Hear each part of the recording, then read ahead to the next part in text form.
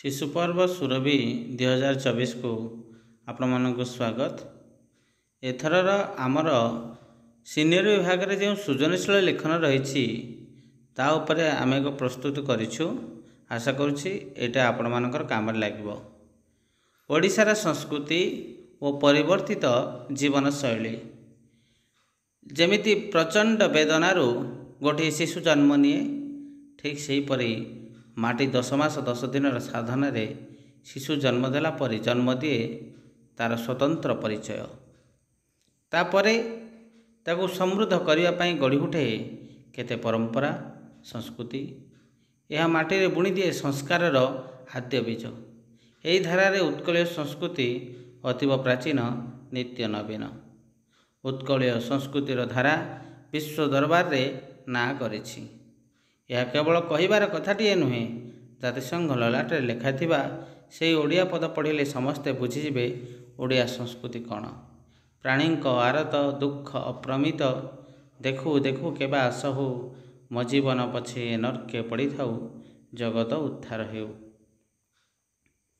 विश्व जेतेबेले नौ वाणिज्य कौन जानि नथिला सेतेबेले वाणिज्य क्षेत्र में साधुता अर्जन करी ए जाति साधव नाम पाइथिला। जाभा सुमात्रा बालीद्वीपरू बड़ बड़ पालबाही पतरे वाणिज्य करने को जाई पृथ्वी इतिहास रे कलिंग नौ वाणिज्य को करथिले श्रीमंडित। कला विज्ञान साहित्य केउ क्षेत्र रे ए ओडिया जाति पछुआ के कहिबा को साहस बोध हेब नाही। कला स्थापत्य भास्कर्य केवल कोणार्क तैयारी करि नाही, तैयारी करिछि गाँ गाँ रे अनेक मंदिर रे कारुकार्य। ज्योतिर्विज्ञानर रहस्य उद्घाटन रे पठाणी सामंतंकर निर्भुल दक्षता। अद्भुत छंदमय रचना रे ए माटी तैयारी करिछि महाभारत भागवत और गीत गोविंद परि मौलिक रचना, जेउथरे महाप्रभु श्री जगन्नाथ मध्य पदिए लिखिछन्ति देहि पदपल्लव मुदारम।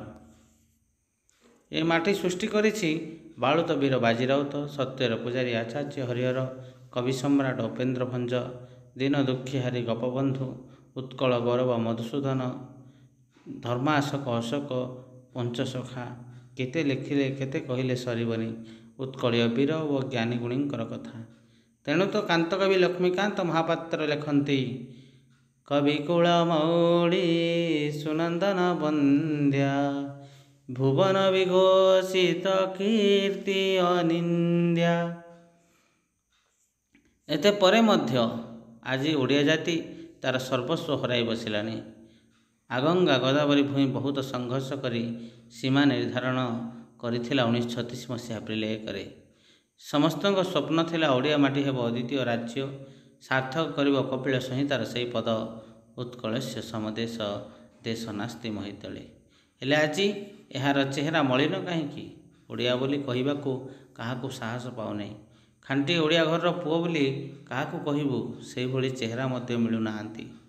एहार कारण आमे आम जीवनशैली को एकाधार रे परिवर्तन कर देइछे। परिवर्तन तो संसार नियम, नीरव निश्चेष्ट परिवर्तन ए जाति चाहे ना।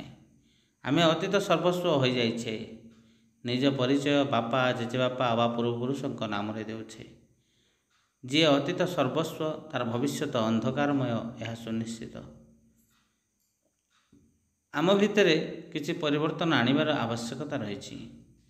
कहीं परिवर्तन आवश्यक जानिछन्ति? उत्कल गौरवंक ही पद को पढ़ंतु जानिपारे।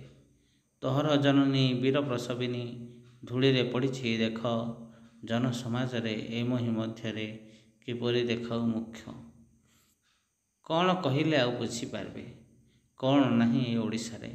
बयन शिल्प कहले ब्रह्मपुर पाट, संबलपुर शाढ़ी, कोटपाटर आदिवासी वस्त्र बुणा शैली, पिपिली चांदुआ, रूपा तारकाशी काम, पट्टचित्र, नृत्य गीत, बाजा बाजना सबुपर आम सर्वहरा। केउठी ना केउठी ओडिया जाति शोई रही। शत सिंहर बल ता मध्य रही कौन हेब? मेलिथिले पाटी शोई वृक्ष तले, वृक्षच्युत फल न पड़े कबले। आमे भूलीगले माँ हाथरंधा चितौ चकुली, जलखिया को माड़ी बसिले। हुड़हुड़ी शंख भूलीगणे, पारंपरिक वाद्य भूली आधुनिक अश्लीलता को अंगरे बड़ी जातीय संस्कृति को अणदेखा करूना तो। ଓଡ଼ିଆ ଭାଷାକୁ ପଛରେ ପକାଇ ଅନ୍ୟ ଭାଷାକୁ ଅଗ୍ରାଧିକାର ଦେଉନାହୁଁ ତ? ସ୍ୱାର୍ଥର ମୁଖା ଅସତ୍ୟର ଚଦର ଘୋଡ଼ାଇ ଓଡ଼ିଆ ସଂସ୍କୃତିକୁ ମାରି ଦେଉନାହୁଁ ତ? ବିଶ୍ୱରେ ଜଗନ୍ନାଥଙ୍କୁ ସମସ୍ତେ ଚିହ୍ନନ୍ତି। ସେହି ଗୋଟିଏ ପରିଚୟ ନେଇ ବଞ୍ଚିଲେ ଜଗନ୍ନାଥ ମଧ୍ୟ ଆମ ଉପରେ କୋପ କରିବେ। ବାପର ଗୌରବ ପୁଅର ଖ୍ୟାତିରେ ବଢ଼ିଥାଏ। ଏହି ପରିବର୍ତ୍ତନ ଓଡ଼ିଶା ଚାହୁଁଛି। ପରିବର୍ତ୍ତନ ଆବଶ୍ୟକ। ନୂତନ ଓଡ଼ିଶା ଆଉ ଗୁଞ୍ଜରଣ କରିବ ନାହିଁ। ଉଠରେ ଉଠରେ ଉତ୍କଳ ସନ୍ତାନ, ଉଠିବୁ ତୁ କେତେ ଦିନେ। ସିଏ ମନ୍ତ୍ରିତ ହେବ ଏହି ମନ୍ତ୍ରରେ। ଅସ୍ମିତାକୁ ଆମ ହୃଦୟ ବହି ନୂତନ ଅସ୍ମିତା ଦେବାରେ ଭାଇ। ଅସ୍ମିତାକୁ ଆମ ହୃଦୟ ବହି ନୂତନ ଅସ୍ମିତା ଦେବାରେ ଭାଇ। ସମୃଦ୍ଧ ଓଡ଼ିଶା ଆମ ସପନ, ଗଲେ ଯାଉ ପଛେ ଆମ ଜୀବନ। ସମୃଦ୍ଧ ଓଡ଼ିଶା ଆମ ସପନ, ଗଲେ ଯାଉ ପଛେ ଆମ ଜୀବନ। ଏଇଟା ଆମକୁ କହିବାର ନାହିଁ, ଏଇଟା ଆମକୁ ଲେଖିବାର ଅଛି। ଆଶା କରୁଛି ସମସ୍ତେ ଏହାକୁ ଅଭ୍ୟାସ କରିଥିବେ ଆଉ ଲେଖିବେ। ଆଉ କିଛି ଯଦି ଉନ୍ନତ ଧରଣର ପଦ ଆମକୁ ମିଳୁଛି ତାହାକୁ ଯୋଡ଼ି ମଧ୍ୟ ଆମେ ସୃଜନଶୀଳ ଲେଖନ ଲେଖିପାରିବା। ଧନ୍ୟବାଦ। ପୁଣି ଥରେ ଏକ ନୂତନ ଭିଡ଼ିଓରେ ଆମେ ମିଶିବା। ଯଦି ଭଲ ଲାଗୁଛି ତାହେଲେ କମେଣ୍ଟ ମାଧ୍ୟମରେ କିଛି ଜଣାନ୍ତୁ ମନ୍ତବ୍ୟ, ଯାହା ଆମକୁ ଆଗକୁ ଯିବାରେ ସହାୟତା ହେବ।